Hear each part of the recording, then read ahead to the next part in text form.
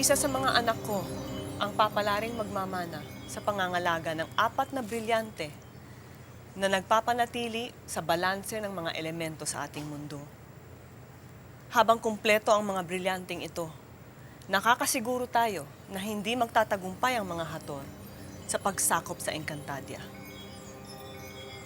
Kayo, bilang mga dakilang tagapagpayo, ang makakatulong ko sa pagpili ng karapat-dapat na magpapalit sa akin. Mahalaga ang katungkulan ninyo dahil nakasalalay sa mga kamay natin ang kinabukasan ng buong Encantadia. Kayo ay magdadaan sa isang pagsubok.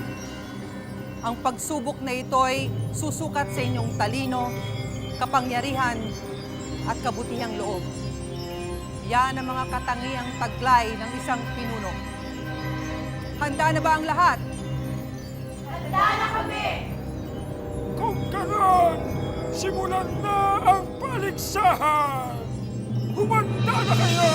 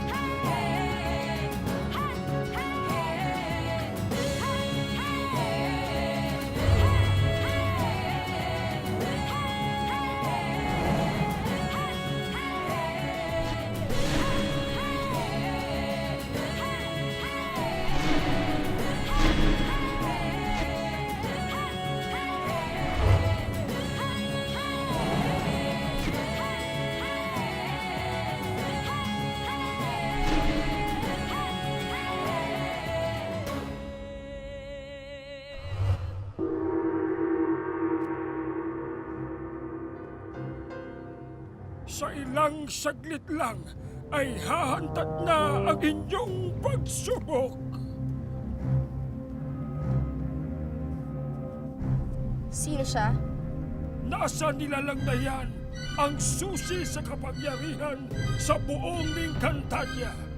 Sino man ang makakuha noon ang siyang magiging bagong reyna. At sino man ang mababagsak niya ay uuwing talunan. Siguradong hindi ako matatalo. Kaya ako ang unang lalaban. Hindi. Si Elena ang una. Huwag mong sabihin natatakot ka. Walang kinatatakutan ng isang sangre. Humanda ka. Haharapin kita.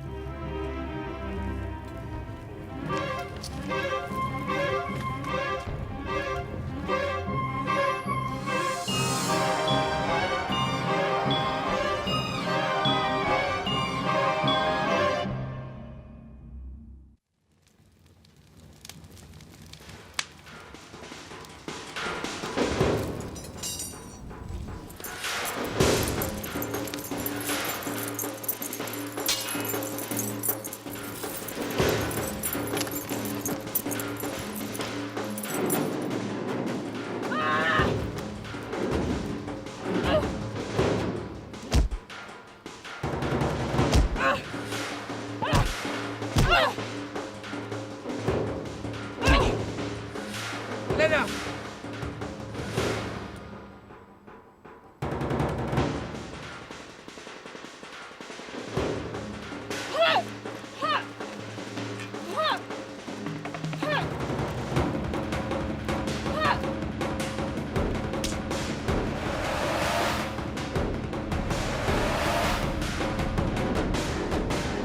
Ikaw ay bumagsak, Elena.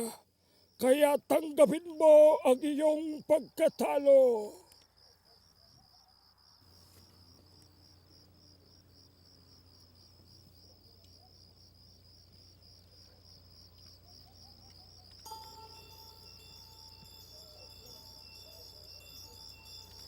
Ako na ang susunod na makikipaglaban.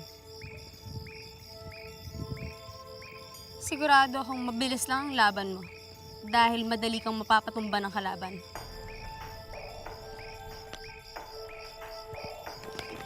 Danaya, mag-iingat ka ha.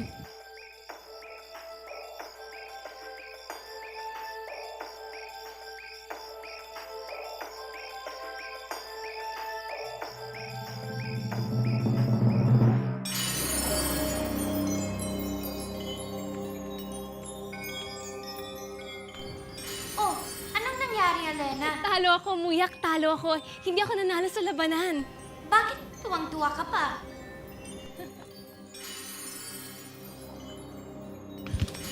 Dahil hindi na ako magiging reyna. Ibig sabihin, pwede na ako magmahal ng kahit na sinong engkantado.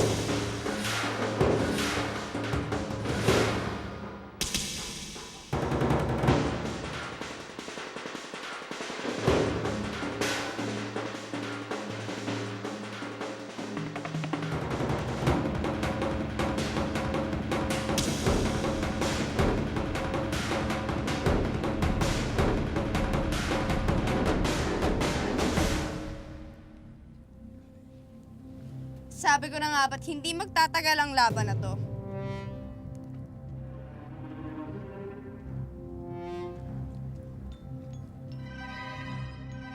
Amihan, ito ng pinakahihintay mong pagkakataon.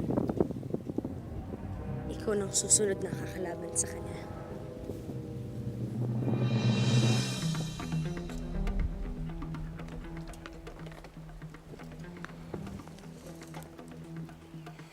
Naway maging karapat dapat ako sa mga tinuro ni Itay.